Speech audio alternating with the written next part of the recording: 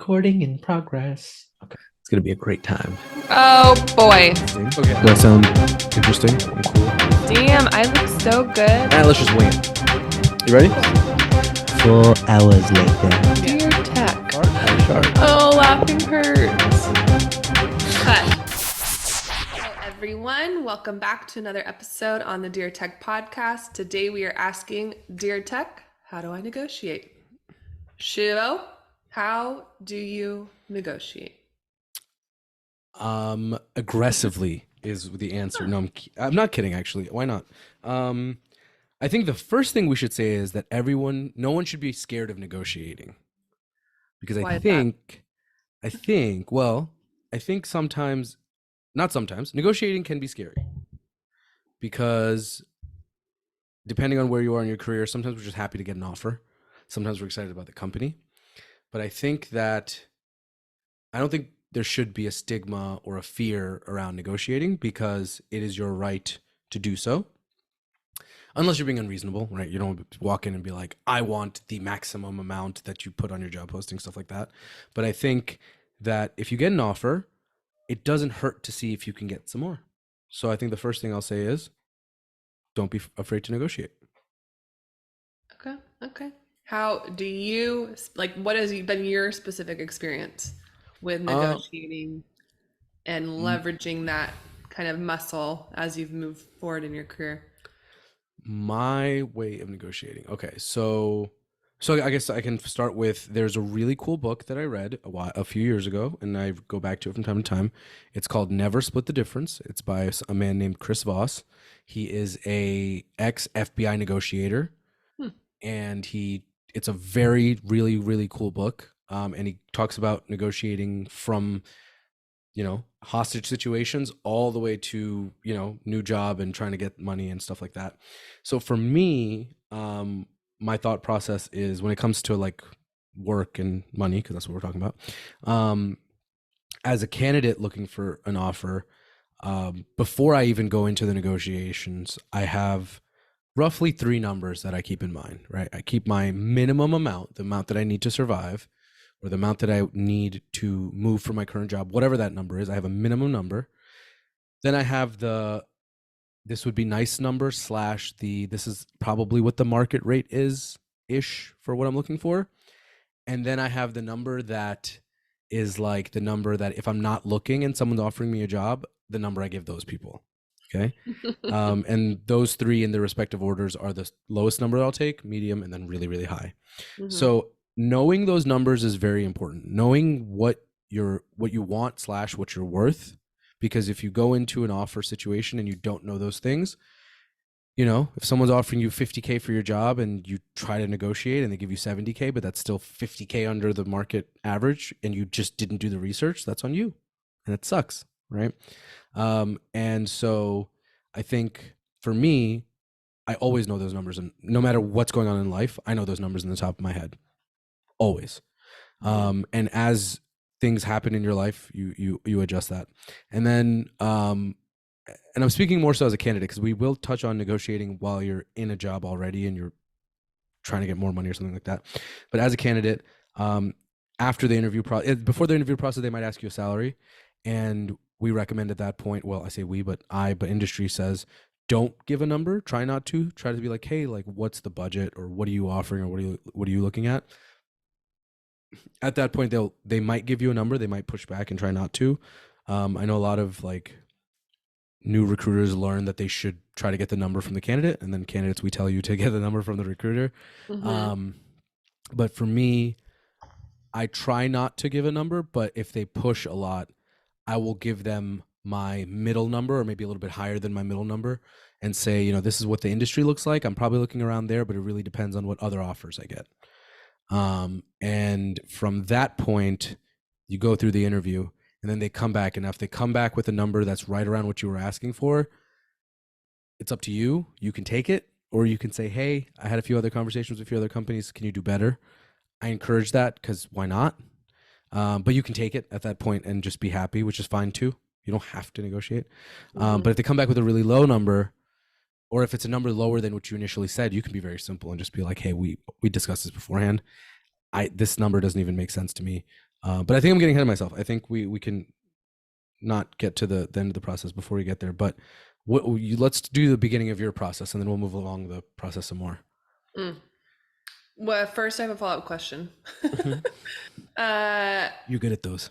Thank you. What What were are my some of like the numbers? I'm not. tactics? What were some of the tactics from the book you read that stood out to you? Okay, so there's a lot, and I don't want to give away the farm, but I'll go through a few. So one of the ones he talks about is sometimes if someone says something to you that doesn't make sense, you respond with a question to get them to try to help you get to where you need to get to. So let's say someone comes to you says, I'm lost. Please give me sure. an example. So one of the things is, and if I'm like misconstruing the book, sorry, but this is just some of the things I remember. I haven't read it in a little while. Your I did touch it a little interpretation. bit. But it's like, so like someone says, the salary is 50K, right? Mhm. So you can do a couple things. One of the things you can do is kind of just be simple and be like, that doesn't work for me. And then silence, and you let them come back to you. Or you can say, how do you expect me to do? Like if someone says something to the effect of, oh, you need to come in 3 days a week or 5 days a week in the office, because that's a part of the negotiation. You can respond with, how do you expect me to do that? Or how am I supposed to do that? Right? Be like, oh, I have a kid who needs me to be home, but how am I supposed to do that? By doing that, you kind of disarm them because you didn't say no. You're asking them how you would do that. Then they are actually in a dialogue with their own question, trying to help you get to where you need to get to. Okay. And I think one of the beauty of that is when you're at a place that doesn't make sense, when you ask that question, they realize it doesn't make sense. And when they realize it doesn't make sense, they have the opportunity to change what they're going to say. Okay. Another thing that they talk about is mirroring. And that's something we hear about a lot, but it works, right? So a simple way of mirroring would be if someone says, I can offer you 50K. You respond with 50K? Silence. Silence. You didn't say yes. You didn't say no. You just mirrored. Then they're arguing with themselves and they're negotiating against themselves, right? Or if someone is just a very type A person, every sentence they say, just repeat the last word or two back to them, and they'll just keep talking. And that works in negotiations because they'll divulge more information. They also talk about, yes, they will divulge more information, right? And actually, it's funny because when you're doing it, you think like, oh, they're going to catch on. No, they just keep going. They just keep going. And there's actually in the book, he talks about a study where two sets of waiters, one of them, when someone ordered food, would be like, oh, it's a really good order. Great. And the other one would just repeat the order back to the person as they were ordering. And the people that repeated the order back to them got higher tips. Another one is, so that's one of them. And another thing he talks about in the book is he talks about creating a sense of empathy, kind of, but like without putting words in their mouth. So if it's like if you're at the airport and it's really busy, or like you just saw the person in front of you yelling at the flight attendant, and you go up there and be like, oh, it seems like you're having a tough day. So now they can respond with, I'm not. Be like, I'm sorry, it seemed like it, my bad. Or they'll be like, yeah, it really is. And then as you do that empathy and as you basically just put yourself in their shoes, that connection, because then you can, after doing that, you'd be like, yeah, I'm having a pretty tough day too. Is there anything that you can do to see if you can get me into first class? Or is there any way you can get me on the next flight? Right? And then they respond, and then you mirror and you calibrated questions, and there's that book is gold. That book is gold. And I've gifted it to people, people that are going into job interviews. I would like do like an audible and listen to it really quickly and then just like spit out things for them to say. But that book is golden. Chris Voss, if you hear this, you're awesome.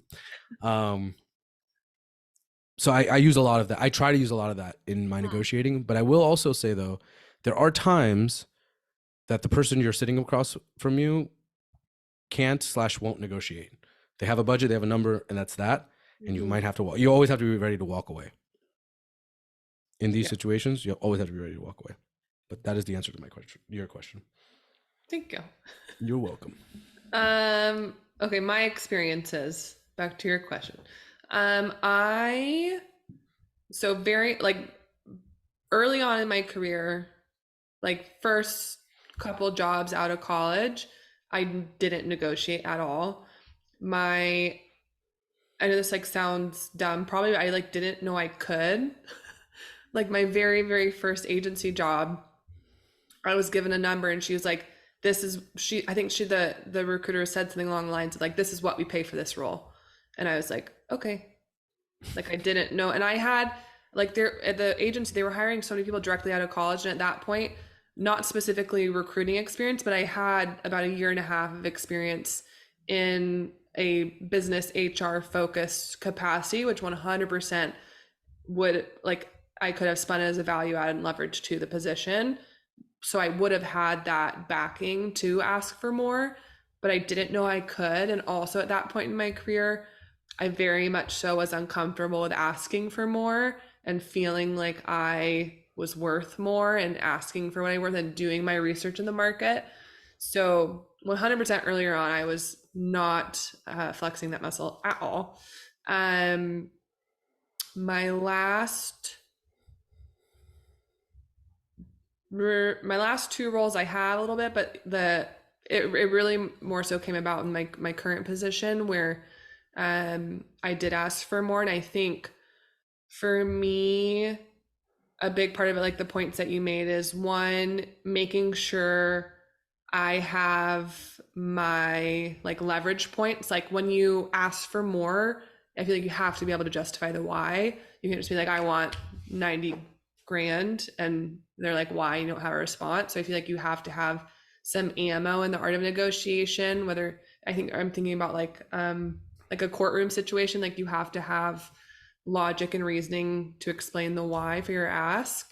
And then do your research on market rates. I think those are two big components, is understanding what the market's paying and understanding what you specifically have to leverage. And then the three core different tactics that I oftentimes discuss with people that I've seen a lot of is one, you, like you were saying, you avoid answering the question. Like so many, like I know we do, so many recruiters and hiring managers and anyone in a hiring capacity will ask the person, what are you targeting to make? For anyone who doesn't know, there are like federal and state regulations around specifically asking someone what they are currently making. There's we like, as a standard, that's not a question that anyone is legally allowed to ask you if they're in a hiring capacity. So the question that will typically be asked is, what are you targeting to make? And the three core responses I've seen is, one, you avoid the question. You could say, I would like to learn more about the role before I give you a target number. I would like to move through the interview process before we have a conversation around comp. I'm still evaluating that number, like whatever kind of deflection you want to provide. Two, you provide a range so you don't pigeonhole yourself into a specific number. In a lot of states now, we know, like California, Washington, so on and so forth, like they have obviously pay transparency laws where ranges are shown on job descriptions. So that's definitely something to leverage. But two, you give a range, typically with your midpoint being the number that you stated that you're like good with, and then a mid and a max, or you shoot freaking high and just give like a bold number. And if you think the role is going to pay 120,000, I would say I'm looking for 143. So it's like the three core kind of tactics I've seen. I know there's lots of others, and it's kind of interesting from the recruiting side to always see people's different tactics to that. I will also say, I think there's a number of different offshoots we'll get into, but I will also say, I think the point that you made before too, 100% like always ask for more. Like I had actually had a previous scenario where the number I asked for, they actually ended up extending me an offer that was higher than the number that I asked for, which was great. And I don't think that happens all the time. That's never. That's like, okay, I'm glad it happened for you. Yeah. Whoever sent you the offer didn't do their job. They did not do their job. There's 2 points that though, then, because I and that situation wasn't informed as I could have been. I didn't have like the insider knowledge to know what that company typically paid their employees. So I undercut myself. And I will say, from the flip side of it, we were not taught this in agency days, but my perception on this has completely evolved as I've moved through different roles. Is if you ever have a candidate come to you and they give you a number that you know is significantly undercutting their skill level, what the market is paying, 100%, I would verbalize that to them. I encourage all of my team to do that, like 100%, especially because that oftentimes impacts the BIPOC community, marginalized communities that don't have that insider information or connection necessarily, or resources to know that information and know what they're worth. So I'm actually a big proponent of, if someone comes to you with a number and you know they're undervaluing themselves, like educate them accordingly and pay them what they're worth. No, for sure. And I mean, in agency, if it's contract, you wouldn't do that because you want the bigger margin. I mean, that's normal. But that's for sure, because you know what that does is, let's say you give them the low number they want, and another company comes in 6 months and it's like, you're underpaid. Then one, they're bitter because you didn't tell them that. Or they're like, this place can't pay me, so I should go somewhere else. And even if they weren't looking before, they are now, because they know that you're taking, or you didn't give them an extra 20, 30, 40K. I've seen that happen before too. So I absolutely agree with you. So one thing I like about what you said was, well, you didn't say it outright, but you said it when you said it. Always ask for an odd number. So never say 140, 143. I've heard some psychology around like not using zeros or fives. It's in the book too, and he's like, you should, if someone's like, how much do you need, be like, you know what, hang on a second, act like you're doing math, be like, all right, I need $140,562. That's my minimum, right? Because that makes it look like you factored in all your bills, all your stuff, and it's exact. So always use a number that doesn't sound normal. It's a good idea. And I think that I don't think there's any world where a recruiter won't give you a number if you hold out. And you can also say something to the effect of, there's other because I've at least in the past in agency, there may have been times where someone's like, what's the rate or what's the salary? And the recruiter will try 3-4 different ways to not say the number. I think nowadays it's a little bit different. I think nowadays recruiters are a little bit easier on that. So if you say like, there's a lot of factors involved for me to decide on salary, but like, what kind of, whatever, what kind of range do you have? What the budget looks like? And they'll tell you 9 times out of 10, they'll tell you. Really try not to give your number, unless the only time I would say that you could say the number is if you're really senior and your salary is going to be like really huge, no matter what, then you could say it, because you at that point, you're what you're worth enough. And I don't think normal budgets account for that. So if you're like, yo, my base salary has to be like $1.2 million, that's, you're not undercutting yourself. There's a very, very unlikely chance, if you're like a EVP, I don't know what these salaries are these days, right? Things are, it's crazy out there. Or total comp has to be like $5 million a year, whatever, right? And that's another thing. Talk about total comp, because the beauty of total comp is, if they come back with a salary that's low and they're like, our total comp works, be like, that's awesome that your total comp works with what I was looking for, but I do need a base salary that's X. In which case you also upped your total comp, because they're not going to lower the bonuses, percentages, or whatever that is. So there's many ways to do that part of it. Yeah, I think that's a really good point, and something for everyone to keep in mind.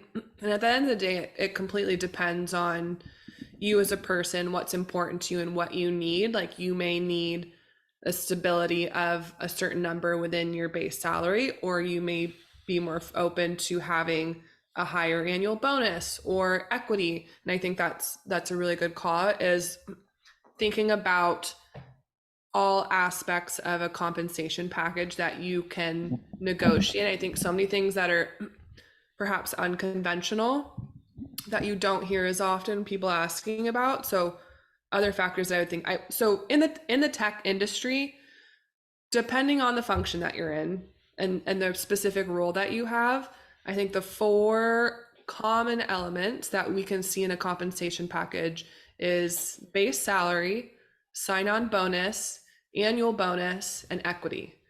Now, from a recruiting perspective, base salary is a given, obviously. Sign-on bonus is typically to get you in the door. So an incentive to get you in the door.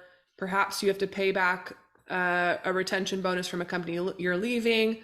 Perhaps you have another offer on the table. So sign-on bonus is to get you in the door. Annual bonus is performance-based. So based on your performance or performance of a company, you're getting an annual bonus to retain you. And then equity, I think oftentimes depending on the parameters of it, whether it's new hire equity, annual equity, or whatever, however equity is worked into the compensation package, can also be a retention strategy for keeping companies, because oftentimes you'll see it broken up over a multi-year period with most companies. So I think those are the 4 core elements that we think of within a standard compensation package within the tech industry. But then you also see people negotiating work from home or remote options within that specific job. You see people negotiating time off. If it's a company that doesn't have unlimited PTO, is that something you can negotiate? Can you negotiate your like work location or incentives from the company? If it's like a brand that you actually utilize as a consumer, can you negotiate Reload packages? Relocation packages? It's a great one. Tech resources to do your job, stand-up desk, all the peripherals, yada yada. Like I feel like there's Education. so many. Yes, amazing. I feel like are there any others I'm missing? I feel like there's so many like unconventional. You gotta find out what they have. You have to, like, that's the thing. Every company has their own set of things. So you need to do, again, research. If you don't do the research, you're gonna get played one way or another.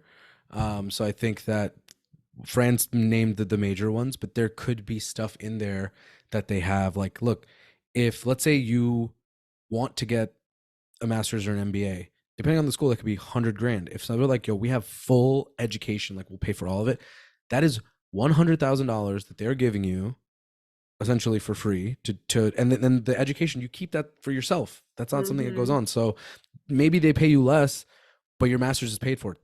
That's worth it, right? Like that's almost always going to be worth it unless they're really, really lowballing. So I just do the research and find out what they offer, what companies offer, but also what you want, need, and like have like a list of these are the things that I need or like. I don't know. For me, lately I've been thinking about education a lot, where I'm just like, if someone pays off let's say they pay off your student loans. I don't know if that's a thing, but let's say they did. For some people, that's like a huge relief. But yeah, do your research. Paying for memberships or networking events too. Yeah, or like, so different like companies have their yearly events. And if you can go to these huge, like Dreamforce for Salesforce, or I think, SAP has one, and if you can go to these events, which can be anywhere in the United States or anywhere on the planet, and they pay for your hotel every year and all that stuff, that's great opportunities that you get from that. And you get to, usually those things, they have like some awesome musical star like Elton John will show up and like play music. So like, why not, right? I would say thinking through like best practices, always get things in writing. 100%, without a doubt. Yeah. A recruiter or hiring manager can verbalize something to you. Ensure that is in writing, because if things change in the future, the company's practices change, leadership changes, your manager changes, and that was the person that verbalized the agreement to you, and you have no record of it outside of your word, it may not be upheld. So without a doubt, no matter what, in any type of negotiation, even if it's something that's typically not within an offer letter, if it's in an email, at the very least, make sure anything that you negotiate, especially if it's a little bit more of a non-traditional negotiation and offer, make sure that is in writing. And if you start and let's say like something's off, like your title's different or something, jump on it right away and don't let go, and don't be like, oh no, that's just, we'll fix it in like a month. Oh, we're having it. Nope. We're like, I'm not going to start until you fix it now. Okay. I think that's a big one. And so a little bit different, but one thing I'll also say is, and we mentioned earlier that you need to always be able to be willing to walk away. And the only way you can actually do that in these situations of when you're either trying to get a job or trying to get more money within the job you have to have multiple offers, right? And this is kind of actually partially a sales tactic, but you need to be out there talking to a bunch of companies, taking a bunch of interviews, because if you find one company and then one company gives you an offer, walking away from that one offer is a lot harder than walking away from a one offer when you have four other offers in the win. Even if that's your dream company, say it's Yeah. your dream company, but they're lowballing you 40 grand, you'll be like, you know what? I love this company, but you're really lowballing me. I'm gonna have to pass. So here's the thing: when you say you have to pass, doesn't mean that you have passed. That is also a negotiation tactic, because then they might come back and be like, oh no, sorry.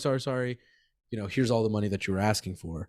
But maybe sometimes they'll be like, okay, peace, like have a good one. We can't do it. Mhm. But I think if you are really trying to maximize your options at that point, you have to have multiple offers in hand, because if you're not able to walk away, you're gonna take a shitty deal. Like that's the bottom line. I think that I don't think that that last statement necessarily applies to every situation, but I think I totally agree. I think with your underlying sentiment of cultivating an ideal scenario where you have leverage to negotiate for more when needed. I totally agree with you. Even if it's like your dream job, your dream company, continuing to interview as the opportunities present themselves. I know the market right now, still as we talk, is extremely competitive and hard for people looking for jobs. Um, so I totally get it's not always warranted and available to you to get in that situation, but I totally agree. Like what we're talking about is finding opportunities to leverage and how to leverage different offers and opportunities within negotiation, even if it is the company that is your dream job or dream company. Yeah, there's a story. So one of the best negotiators slash deal makers ever, Bob Iger, CEO of Disney. There's a story. I think he was going into like a COO role, or he was becoming second, like Michael Eisner second, and he Mhm. was supposed to get his title and a board seat and a bunch of other stuff, right? And and they'd agreed on it. And one of the people that was in the company at the time came back to him and said, "You can have the title, but you're not getting the board seat." And mind you, being number two at Disney is huge. No matter what, it's huge. And he Mhm. said, board seat or nothing. And he's willing to walk away from it. He said, board seat or nothing. And they came back and they gave it to him. So the thing is, you're right. Not in every scenario are you screwed if you don't have other options, because he didn't technically have another option. But obviously, he knew that if he went out there from where he was already at, he would have found something. But you Mhm. do have to always be willing to walk away. I think that's the biggest thing. It's either that, or if you're not willing to walk away, know that you're at the mercy of the person in front of you. Yeah. And I think with that too, there's also like the element of like not showing all your cards. That's the tactic that I lean a little bit more towards, but it also I do know people who've taken the tactic of just being like bold and audacious about what you want and what you ask for, which I think comes with making being very informed about your worth in the market. But at the end of the day, agree with you. What do you feel like are like in today's day and age, what are I feel like we kind of talked about this a bit earlier, but what are key tactics, tools, and or resources for candidates to leverage to make sure they have everything they need to go into a negotiation? Well, I think first you need to listen to the Dear Tech podcast, because we give you all the information that you need as a candidate. Oh Um, Lord. kidding. No, but kind of kidding, not really. I think you need to be out there listening and reading a lot of different materials that give you a sense of the market. So whether that's LinkedIn, whether that is Glassdoor, whether that is Fishbowl or Blind. In Blind, I often see people are like, "This is my total comp now. This is how many years of experience that I have. This is my offer. Is it good or bad?" And then Mm-hmm. a bunch of people comment, "Whatever." Right. So that's an option. Asking peers directly. There's a stigma around asking people their salaries. Fuck that. Just like, be transparent about why you're asking. You're not being just like nosy. Be like, hey, look, I'm going, and I've done this before. Fran knows I've done this before, but I'll be like, what are you making right now? Because I'm up for, maybe I'm up for a promotion, or maybe I'm looking at this role, just wondering what I should be asking for. You can ask a recruiter. Hey, and that not the recruiter that is giving you the job, a different recruiter, someone else that you know. Hey, this is my years of experience. This is what I do. What do you think? But I think the whole point is, the other thing is, if you're interviewing a lot, and I'm just a proponent of, if you're in the market, be in the market, be all in. Mhm. So if you're interviewing a lot, you are talking to a lot of different people. You get to look at a bunch of different comps. You get to see a bunch of different like packages and what they're offering. And another thing is, if you're really in the market like that, the first offer you get, you're probably not going to take. Maybe not even the second offer. Even if you don't have anything else lined up, you might just get a couple of offers and be like, this isn't my cup of tea. Like, thanks, but no thanks, and just move on to your other interviews and the other stuff you're doing. But that's still market information you can use, right? Like, if a company says, like, sometimes some recruiters, they divulge to me like, listen, our budget's really tight. This might not be what you're looking for, but this is what we can offer. Then if they're saying that this number is a low number, probably. So you can use that as a base. So there's many different ways to do it, but I think reading a lot, asking a lot of questions, networking, meeting with people, that's a really good way to understand what's out there. And I think there's a lot of LinkedIn articles that talks about different things that companies offer, and a lot of companies have it on their job page in terms of not money, but in terms of like, oh, do they offer mat leave, pat leave? Do they offer, and how much? Right? Like, if someone's planning on starting a family, you can see, and they're like, oh, we offer 9 weeks. Oh, this company offers 12 weeks. Oh, this company offers 14, 15. So you have an idea of what the market is and what makes sense for you. But yeah, I wouldn't tell people that you're looking to start a family in the interview process, but just it's something you need to know for yourself, because it's not their business if and when you want to start a family. But yeah, that's what I would think is a good tools. What do you think? What I miss? Yeah, I agree with all of this. I think there's so many resources out there now that candidates have access to that we didn't historically, for you to be informed. Like an episode we just recorded previously, LinkedIn, like they have resources on there to talk about compensation, blind. Like there's so many reviews and resources and platforms now where employees will share their compensation, and or you can see like market rates pulled from all these different job boards that show an aggregate of compensation based on function, level, seniority, and location. So I definitely think it's fairly easy now to be informed about what the market is paying. And then I think it comes down to your style of negotiation, knowing what you're worth, and having the ammo to back up your ask. I do think something that I wanted to bring up that I think is important is, oftentimes, and this is definitely more so with larger companies, it's oftentimes with startups, you may be having a compensation conversation with different people, but oftentimes with larger size organizations, you are discussing compensation with a recruiter. I think it's important to remember that recruiters are not the ones who sign the checks. Recruiters are given typically a number or a budget or a target that they know they are able to play within, and then it's their job to find a candidate, take them through the process. It's the great candidate, get them to sign the offer. So I think it's important in negotiating to understand your audience and who you're talking to. So if you're talking to a recruiter, you want to get them on their side. The recruiter's goal and the recruiter's intention is to get you to sign the offer and join the company. Now, there's typically other people on the back end that you won't directly interact with that are a part of this whole process. So oftentimes finance may be involved in discussing what is approved for that team and that role. The compensation team may be involved in the conversation and specifically communicating to the recruiter, what comp are we paying for this role? Legal may be involved, HR may be involved. So there's often a number of different players in the back end, but I think the important thing, if you are specifically oftentimes interacting with the recruiter throughout the whole process, and that's who you discuss comp with, I think it's important to know that they're not the ones who sign the check, but they're the ones who can and often are your advocate. So it's like you want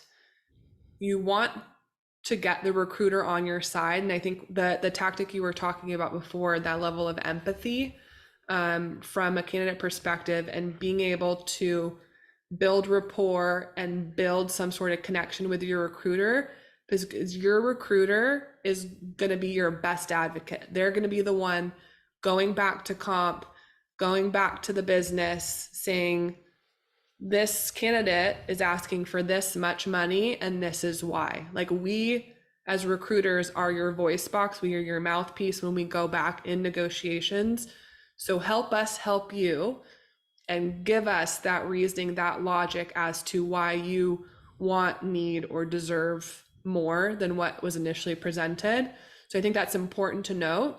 And understanding all the different parties that come into play in a negotiation conversation. No, absolutely. And I think, again, a big part of being able to do that is knowing your numbers, because there's not a bigger turnoff than someone asking for a number that's not real. Right. So if you can find a number that's above what you're getting offered, but you know that this is right. Because I'm telling you one thing, even if your recruiter's budget is less than the market value, I promise you they know that.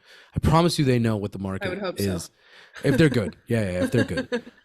Yeah. So I don't promise, because they might not be good. But if they're good, they know the market and they know the difference. And here's the thing. There are oftentimes, that recruiters can go back to comp and say, hey, this is the person, this is their skill, this is what it should be. Can you check the market and make sure I'm not crazy? And comp will come back like, you're right, let's go to finance and figure it out. So if you can pick a number, even if it's higher, that makes sense. So you've done your research properly and you can cite, hey, Apple gives this, you're Apple's competitor, you should be pretty close to that. Can you help me out? They might not give you the number you asked for, but you'll still be higher than what you were getting initially paid for. But I think, again, you have to know what those numbers are. There's work involved, as at the end of the day is what I'm saying, is that you need to do the work. Yeah. I think that was like a really good part of the conversation. I think so often it's like the recruiter is who oftentimes candidates are engaging with and speaking with throughout the entire process, but understanding the part recruiters play in the larger process of getting an offer approved and how to understand a recruiter's perspective and intention, which at the end of the day is to hire great talent, which in this situation is you if we're coming to you with an offer, and understand typically a recruiter's number one goal is not necessarily to save the company an extra $5,000 by undercutting your offer, or our highest priority as recruiters is not necessarily the financials of a company. That's finance and comps higher priority typically. So understanding what our priority is and then utilizing the position of the recruiter that you're working with to be your voice box when you are coming back with an ask. Also know that you're also helping the recruiter sometimes, maybe if they don't know the market, understand the market. Mm-hmm. And if you can say, look, I'm sorry, but your company's $20,000 off the mark in terms of what the midpoint should be. Well, yeah, you don't have to apologize, but I'm saying you can tell the recruiter, and then if the recruiter has the epiphany or realizes that, then they can go back and then they make the case, right? Mm-hmm. Because that's what they have to do at the end of the day. But if you don't ask, you don't get, right? If your mouth isn't open, you're not gonna, closed mouths don't get fed. So make sure you're talking about it. But I think another thing is when you're just jumping back to the initial, like when they ask you what you want, make sure you verbalize that in a very specific way. Don't say I'd be comfortable with 150, because they come back and they offer you 150 and you ask for more, you look like an asshole. You say something to the effect of, I'm looking, it seems like the market is somewhere between here and here.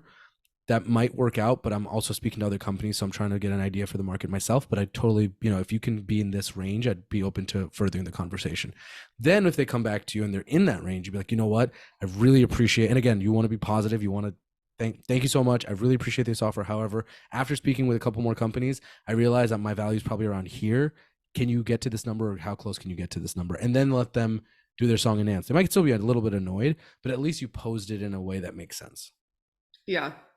I will also say to that too, from my perspective in recruiting, I want people to ask for more. I'm like, you ask for, like, I might not necessarily be able to give it to you, but like, ask. Like, exactly like I say, like, closed mouths don't get fed. Like, at the very least, ask. You never know, however you want to go about it, obviously. But often, I think a lot of companies don't necessarily take the tactic, which isn't necessarily the right way, depending on perspective, but that's another conversation, aren't going to give you the absolute like capacity of offers that they could give you. They're I think oftentimes people take that middle of the road approach of giving you a good offer, and then if you ask for more, they can flex. I think a lot of companies are different in that approach, but I think it's just something to be mindful of as a candidate, is like that, like, asking is not going to like negatively impact you. The worst they could say is no. Yeah, friend, I think you're super nice. I think you're extra nice for that, because I think for me, when my thought process as a recruiter is, I want to be okay. So as a recruiter, not that I want to lowball someone, but for me is like, if I can save my org an extra 20K because budgets are tight, I'm happy about that. So if you ask for the midpoint, I'll be like, I can do that. Are you sure that works for you? I'll give you an opportunity. I'll be like, you're sure that works for you? I can absolutely do that. I think, that's actually right where our budget wants to be. Does that work? Yes, it works. Okay, cool. Right. That's the number that I'm looking at. Again, unless you're asking for a really low number, then I'll be like, hey, kind of low. But if you're asking me for the midpoint, be like, solid, let's go. Like, let's do this right there. Because for me also, if I save $20,000 on your job, I have this really hard job here that's a low ball number. Like, hey, can we take this 20,000, put it onto this job so I can hire someone for, it's here and there. I think as a candidate or as someone influencing a candidate, I'll say, hey, ask for more. But when I have my recruiter hat on, I'm doing my thing on my side. But Fran is nicer, so we hope that she is the person that you're talking to when you're negotiating. For Not all me. future employers, I will say I am mindful of finances, but I definitely lean a little more on the candidate side. Because you're wonderful. Thanks. The other point I did want to bring back up that I think you had mentioned before was understanding your legal rights on a federal and state level when discussing compensation. I think is really important. So many companies, either verbally or within contractual agreements, oftentimes have some sort of written or unwritten communication deterring employees from communicating compensation to each other. I understand why. I think there's so, like, being on the business side, I think obviously there's so many different factors that come into extending an offer to a candidate. Some candidates might have a little bit more experience or relevant experience, be coming from different companies, might have been hired at two different points in time when supply and demand was very different in the market, which caused fluctuation in compensation. There's so many different factors that can come into extending an offer that can create disjointed levels of compensation across teams. And I think it's a constant ebb and flow for companies to calibrate that and the strategy they want to take with making sure their teams are fairly and equitably compensated. But on the flip side, I think from the employee perspective or candidate perspective, you have a legal right to verbalize your compensation to anyone. On a federal legal level, you cannot be implicated or held liable for communicating compensation to anyone. If anyone tells you otherwise, whether intentional or unintentional, they are not adhering to law, like federal legal standards around what you as an employee can verbalize. So I think it's really important. I know it's like frowned upon, and depending on the intention of why someone's asking you, I think because of like societal and industry norms, I definitely, like, I'm not someone that's gonna like blurt out my number and what I'm making. But if someone comes to me, especially if it's from a marginalized groups that oftentimes is negatively impacted by a lack of information around market rates and compensation, if someone comes to me with an intention of like asking so they are informed about what to ask for, I will 100% tell them, because I think there's so many systems in place that have not enabled the equity of pay across so many different groups. So I just think that's an important call out to note for people is you cannot be held legally liable if you do communicate your compensation to someone. Facts. Tell Unless everyone there's everything. something actually, I'll give a disclaimer there. Unless there's some specific nuance of your role within your contract that you signed away your rights. And I'm not a legal guru, so I won't fully dive in here, but there could be some caveats to that. Either way, do your research, understand your legal rights when it comes to negotiations. So based on what you just said, one thing I'll say is read your offer letters, read your contracts. Yeah. Okay, like listen, everyone, before you accept a role, get your offer letters, read them again, underline things that don't make sense, ask questions, and make sure everything makes sense. I don't believe in 2023. Okay, wait. I hope that we don't have it in 2023 that companies are putting shady shit in their contracts. But regardless, read it. Okay, understand what you're saying that you're going to do, what you can and can't do. If something doesn't make sense, bring it up. It's not exciting for a company to have their like employment contracts redlined. They don't really like it because they have so many to do. They can't have like everyone. However, if there's something in there that really doesn't make sense, bring it up. And also to Fran's point, you need to know what you can and can't say while you're at work. I don't think that a lot of companies are legally allowed to put that you can't say your salaries on contracts unless again you're like, I don't know, a spy or something. But I think in general, I think you can probably talk about it. One thing you might not be able to talk about is like your stock options. Like maybe that's something that might be private, but base salaries, bonus percentages, I think that's fine. Yeah. What about, I think, so oftentimes, switching gears a little bit, oftentimes, I think individuals, again, I think this especially impacts the typical like marginalized groups, depending on how you identify and where you align yourself. But I think we forget or maybe aren't aware about the opportunities where and when we can negotiate outside of just accepting a new offer and starting a new job. When it comes to if you're asking for a promotion or you transition into a new job in your company or you get hired into a new job in your company, other opportunities when you can negotiate your offer. Thoughts? Yeah. I think that when you're staying at the company you're at and you're getting a new role in one way, shape, or form, whether it's a promotion, whether it's a transition, and there's a new salary involved, it can be tougher because you're already there, so you can't really walk away, right? You can potentially stay at your role, but sometimes if it's a promotion, it's like really hard, which is kind of what happened to me actually.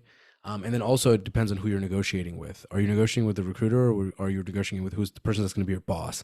Because you can't be, a hard ass negotiator with the person that's going to be your boss for the next foreseeable future. It's really hard. So someone who had to try to do that, it's very hard to do, because very many times when you're negotiating, you have to be very like deadpan, very like stoic-ish, where you say something and you just wait. But if this person is someone you have to work very closely with for the next foreseeable future, it's hard to do. I'm not saying like it's just as a human being who is actually pretty decent at letting silence like eat the room and I'm not going to say anything. When it's with someone who's going to be my boss, it's hard. It's really hard. I think you have to, if it's something you can walk away from where you can keep your current role and you just let it go and you're okay with that, then negotiate hard. But many times these carrots, like they look so good, you're just like, you know what? You're not, because like that happened to me where I was like, I want X, and they're like, no. And what I realized was, which was stupid, I didn't ask for a sign-on bonus. Anyway, I don't want to vent about this, but I should have asked for a sign-on bonus, which is what I came to. But always look for avenues of, if you can't get one thing, see what other thing, especially when you're inside, when you're transitioning or you're staying at the same company, there's other stuff you can ask for within there. There really, really is. That's actually more of an opportunity to get other stuff because you know all the things your company gives because you're there, and you know all the things that are like extra here and there. So you might be able to like get a very random thing that you want by knowing the ins and outs of the company. Mm-hmm. Yep, I totally agree. Another interesting scenario where I've heard and seen more people negotiating as well as also severance packages. Have you heard that come up at all? No, not. Tell me about that. Yeah, so I don't have like a ton. I think this is like a little bit of a newer practice and obviously not widely publicized. Like obviously a company wouldn't publicize this, but individuals actually negotiating severance packages as well when obviously they're informed that, hey, your role has been impacted. And let's say the company is offering you 6 week severance. Perhaps you come back and say, I've been with this company for 8+ years. I have been tied to these projects, these financial targets for the company, yada, yada, yada. I'm asking for 8 weeks severance. Like people negotiating severance packages as well. Like all of this stuff, like I think something to keep in mind, just because it's never been done or you haven't seen it been done or it's not like a common practice doesn't mean you can't do it. I think at the end of the day, you're laughing. I think at the end of the day, just the important like consistencies to keep in mind, no matter the scenario or situation where you're negotiating, is one, always being like the more informed you are, the better. Whether it's about the market, yourself, your skill, your capability, your value, the more informed you are, the more likely you're going to be able to get what you want. And then two, understanding the art of negotiation and how to have those conversations and different tactics to take and the human psychology elements of it. But I've heard that pop up more with negotiating severance packages. I want to say there was one other situation where it was coming up as well, but I just wanted to bring it up because I thought it was unique because I hadn't heard that too often. That's intense because I don't see like I appreciate that it happens. Like it's not it's like it's really cool to hear Yeah. about. But if I was a company and someone I'm letting go is trying to negotiate, I'm just I like know. like I know. what I are you want gonna it. Like, do? if anyone listening knows whether directly or indirectly of situations where that has been successful, I Please tell us. totally, yeah, I Yes. totally want to know what We'll have you on the happened. podcast just for Yeah, you can tell us a 10-minute story. I need to know about this yeah, because because I've heard it um come up, but I totally agree with you. I would be curious to understand how the employee being impacted could have enough leverage to get the company to come back with a yes, let me increase your severance package. I wonder if you can negotiate that before you get a job. Like at the time of getting the job to be like, well, if you let me go within the year, you have to give me 12 weeks. Hmm. I don't know Also if know a lot of companies they'll push employees to sign the severance package quickly. quickly. They'll give you a tight deadline because then you're locked in Yeah. and they're basically wash their hands.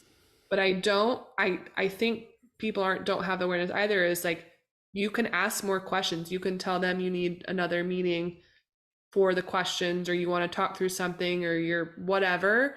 Like a lot of times how those conversations occur um, are not necessarily in your best interest or in the best interest of the company. So I think from a employee perspective, again, at the end of the day, it's important to be informed of legal parameters around negotiation conversations. Yeah. Always take your time. I mean, the same thing with like when you're accepting a role, right? Like they send you an offer, you don't have to sign it today. Yeah. There are, and I would say nowadays I've probably seen a decent number of like quote unquote deadlines. You could probably ask for more time. And if they're gonna like take an offer away because you're taking again, if you're taking really long time, like a company can't wait forever, the vacancy needs to close. Yeah. But if it's like a Friday and you're like, hey, give me until Monday or give me until next Friday, I think a 100%. week is an okay amount of time. Though I've also been on the recruiter on the other side that like needs this to fill, and it's just like, well, you need a week. That's a long time. Or like, why do you need a week? Which I think I've asked the question before, but it's like, if I need a week, I need a week, right? But take your time. Take your time. Make decisions intentionally. Don't just react to this person saying, do this or do that. But yeah, I think also when you're internal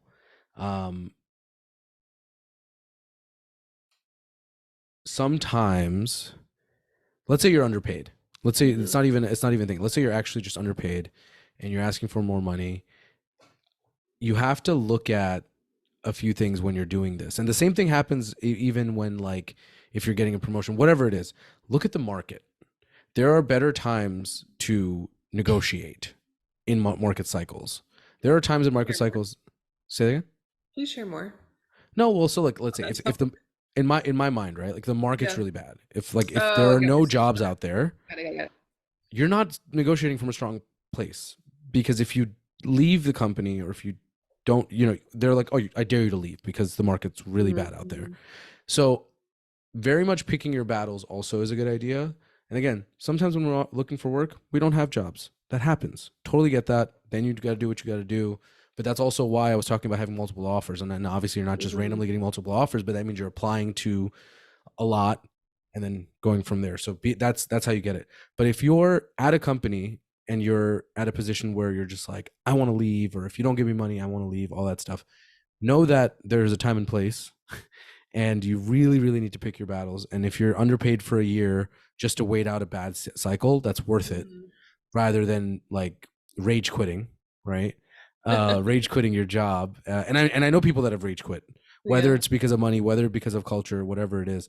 I appreciate not wanting to be somewhere, and sometimes you really need to do it for your mental health, but sometimes you got to just stick it out, just so that when you are in a position where you get to negotiate, you're in a position of strength. Yeah. Yeah. I think that's a really good point. Like cultivating the best environment for yourself for you to succeed in that conversation for sure. What do you think are important factors for companies to be mindful of, or the person extending the offer, whoever that may be, when going into negotiations? I think it's the same on both sides, in the sense of you need to know what the market is doing. And the funny thing is, if your budgets are lower than the market, even if you have a candidate within your budget or close to your budget, but if you start low, you're actually not able to negotiate well. And what I mean by that is, because someone might be like, well, if you start low, you probably end up low. If you start low on purpose, then maybe you can get to where you need to get without seeming dumb, because you're doing it intentionally. But if you have the wrong data, then already where you're starting from is the wrong spot. And then you're nickel and diming the top where this candidate wants to be. And from the candidate perspective, if I'm a good candidate, I do have 3 or 4 offers, I'm like, why would I want to come to a company that's like $5,000 is like killing this deal, right? But if you know what the numbers are, and you know that this person's, rather than thinking this person's 40K off the midpoint, you know he's 20K off the midpoint, you're like, I could probably be like, look, I understand this is where you need to be. This is what we can do because of the market. And then you tell them what the market is. And if I know the market and I'm trying to be a candidate that's negotiating and being a hotshot, and you're saying shit that I know that makes sense, I'm like, oh, this person knows what they're talking about. This is their budget, fine. But if I'm saying, hey, the market's actually down here and we're giving you this, I'm like, oh, you don't know what you're talking about, right? So I think having the data, whatever your negotiation style is, as the person extending an offer, you need to know what the truest market data is, so that even if you are negotiating via lowballing, which is a negotiating style, it's not great, but it is a style, at least when this person comes back and tries to throw data at you, you have the data, and you can use that to your advantage. But I also think that one thing that I used to say when I was a little bit more naive, not that long ago, a couple of years ago, maybe, I'd be like, what if a company paid everyone like the best, right? Like, what if you were the best payer of candidates? And there are companies like that just pay top dollar. They usually have like better people, right? Because there's no competition for them from other places. And they have people that are excited to be there, hopefully, if their culture is good too, right? Like, that's another whole other thing. But I think that you don't have to be the top payer, but if you can actually stay in the realm of the conversation of, a little bit above the midpoint, a little bit above, a little bit nicer, at that point, you actually take out. So let's say we're talking about candidates having a bunch of offers. Well, guess what? If you're paying up here, they don't have 5 offers. They probably have 2 offers because the other 3 are no longer, they don't matter anymore. Right. So if you're able to take out your competition that way, it's a very, very powerful thing to do. Now, again, don't give away the farm. I understand budgets are important. You do need to make sure you do that. However, if you have a candidate that's really well paid, that's really good at their job, retention stays. Okay, they're going to stick around longer. They're going to be good at their jobs. And again, it's your job as a hiring manager to interview well. That's another, we'll talk about that in different episodes. But if you're interviewing well, if your recruiter is recruiting well, if you're in the nitty gritty, if you know this person's a good person, why not pay them well? Okay. Again, it does not have to be your max. It does not have to be crazy amounts of money. I'm saying I genuinely believe in tech from, okay, hang on. I'm getting there. Basically, I would say the top 30% minus the top 5%, right? So basically between, you understand what I'm saying? So like the 25% under the top 5%, they would all take a salary that is a little bit above market rather than, because the top 5% want top dollar. It is what it is. They're the best at their jobs. It is what, can't change that. But that 25%, if you just give them a respectable number and not try to over negotiate with them, just be like, hey, listen, you know what? You're awesome. Here's this salary. They'll take it. They'll be happy. They'll appreciate you. Maybe give them let them negotiate a little bit so they feel like they earned it or whatever, but pay well, so that you don't have to worry about, oh, you know what, they're going to go in a year because we didn't pay them well. Because that's what's going to happen. Right? You're going to lose someone in a year and a half, 2 years, as soon as the market picks up. If you're not paying people and it's a bad economy, they're just waiting for the market to get better. Yeah, I agree. I think I echo what you were saying with, I think it's important for both parties to be informed no matter what.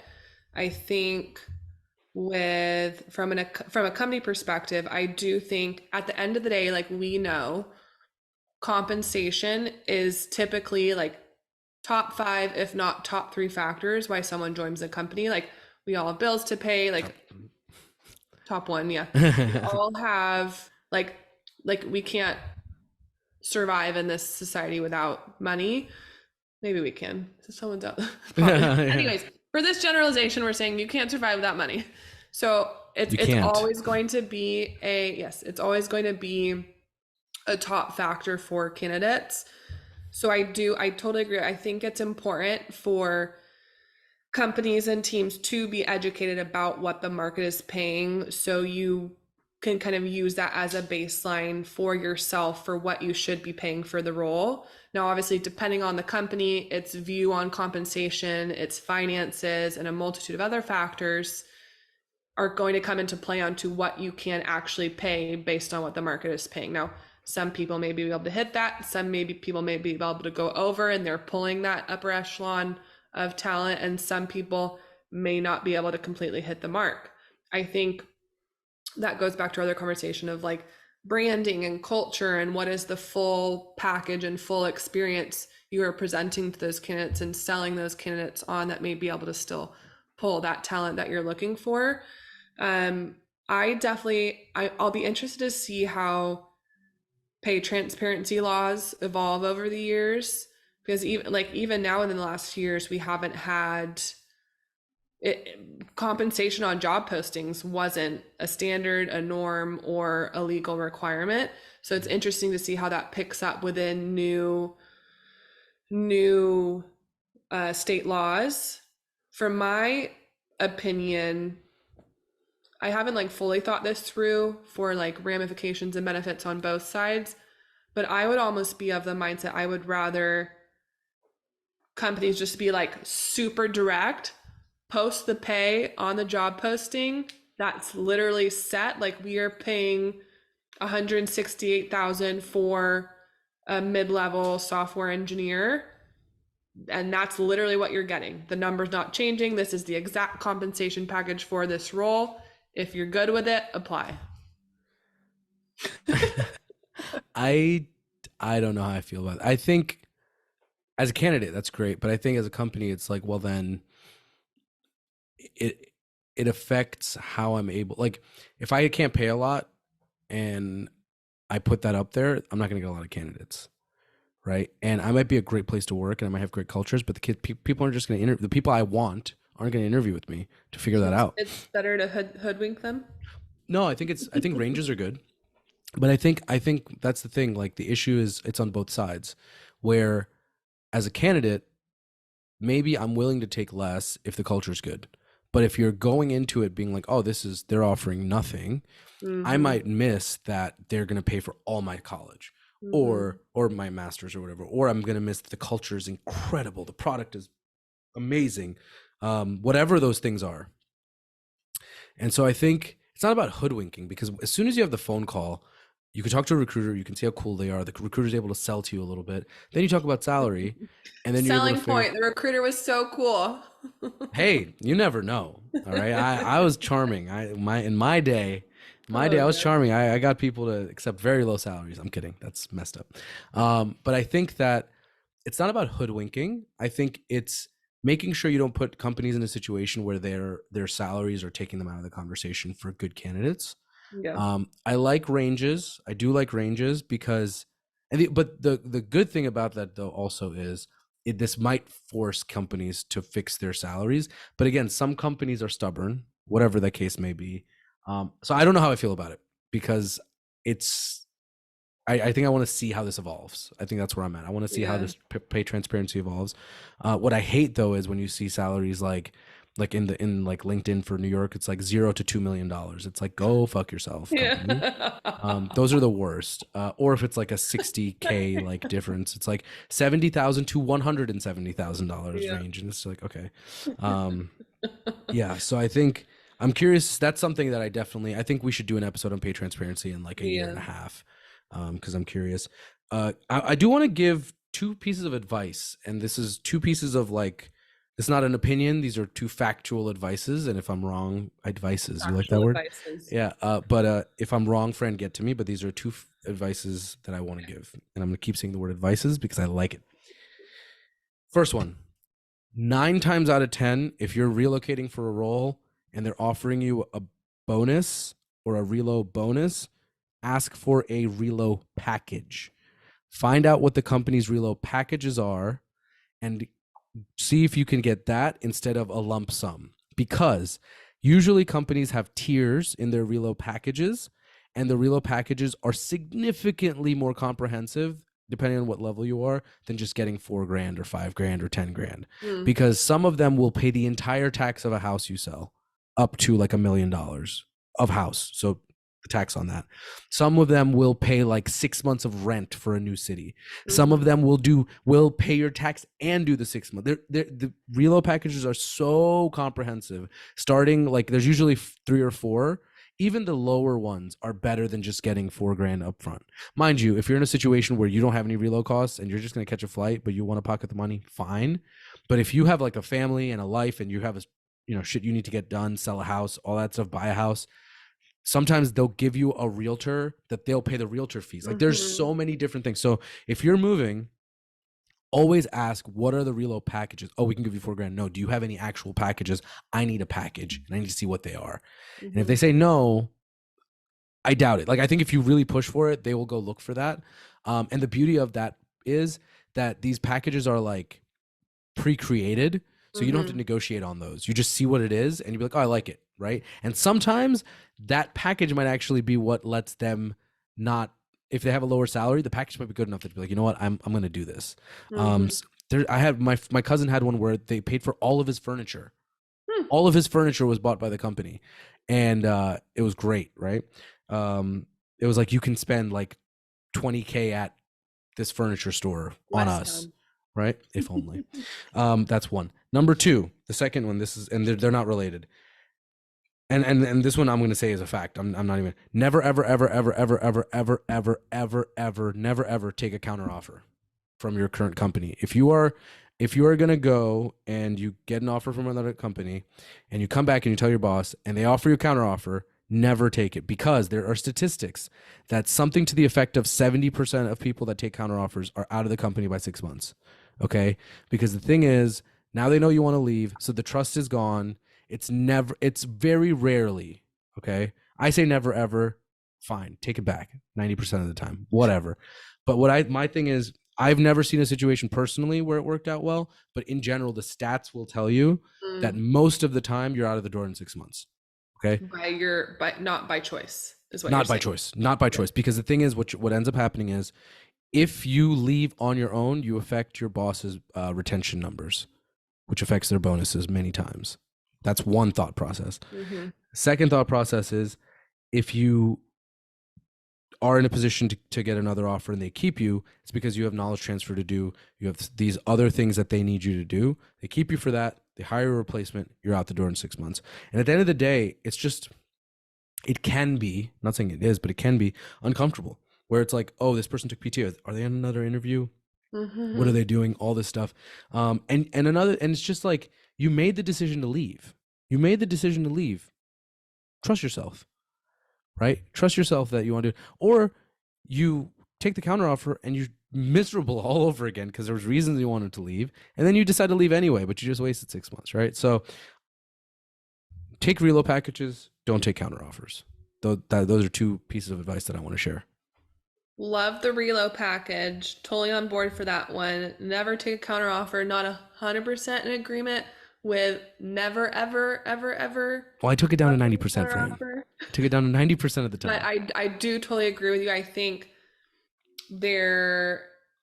you question how the company values you if you know you're not getting paid enough, or you don't have support, like whatever reason led you to wanting to look elsewhere. That reason likely isn't going to change by them giving you more money, unless the issue was you weren't being compensated fairly. But then why weren't they paying you beforehand? Like, why did it take you having to leave? Likely that's an underlying issue that's not necessarily going to go away by just adding another dollar sign to your paycheck.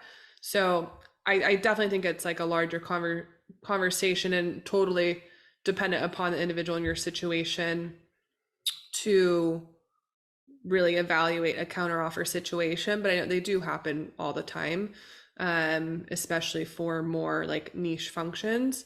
But as a standard, I think those were both really good points. Wrapping up, kind of highlighting some of the items we talked through previously, I think at the end of the day, I think we've said this a multitude of times already, but at the end of the day, both from the negotiatee and the negotiator, like both sides of the negotiation spectrum, it's like the more informed you are going into the conversation, the better it's going to be no matter what. I would also like to reference, I think interview processes and negotiation conversations, they kind of assimilate in my mind to like an SAT or ACT. Like those situations are structured for a certain type of individual who thrives in those situations, and it may not be for everyone, whether you're neurodivergent or you don't thrive well in difficult conversations or what have you. I know like those can be very difficult situations and conversations to have. So I will also say, for anyone, especially if you are newer in the career path and you haven't experienced too many opportunities to negotiate, I think practice having those conversations, practice with friends, practice with peers. Like the more comfortable you get having those dialogues, the better off you're going to be, because unless you do want to just completely avoid them and accept what you get offered every single time, it's going to be a constant throughout your life. So I think if it's an area where you don't feel as confident, or you haven't had as much experience, like 100% practice having those conversations. I think actually also on the LinkedIn portal within the compensation tab, I'm forgetting what the header's titled right now, but you can, the portal in LinkedIn will give you prompts and you can type in what your response would be. So I think it's better to verbalize it, because more often than not, it's going to be a vocal conversation, but it could still be negotiation through email.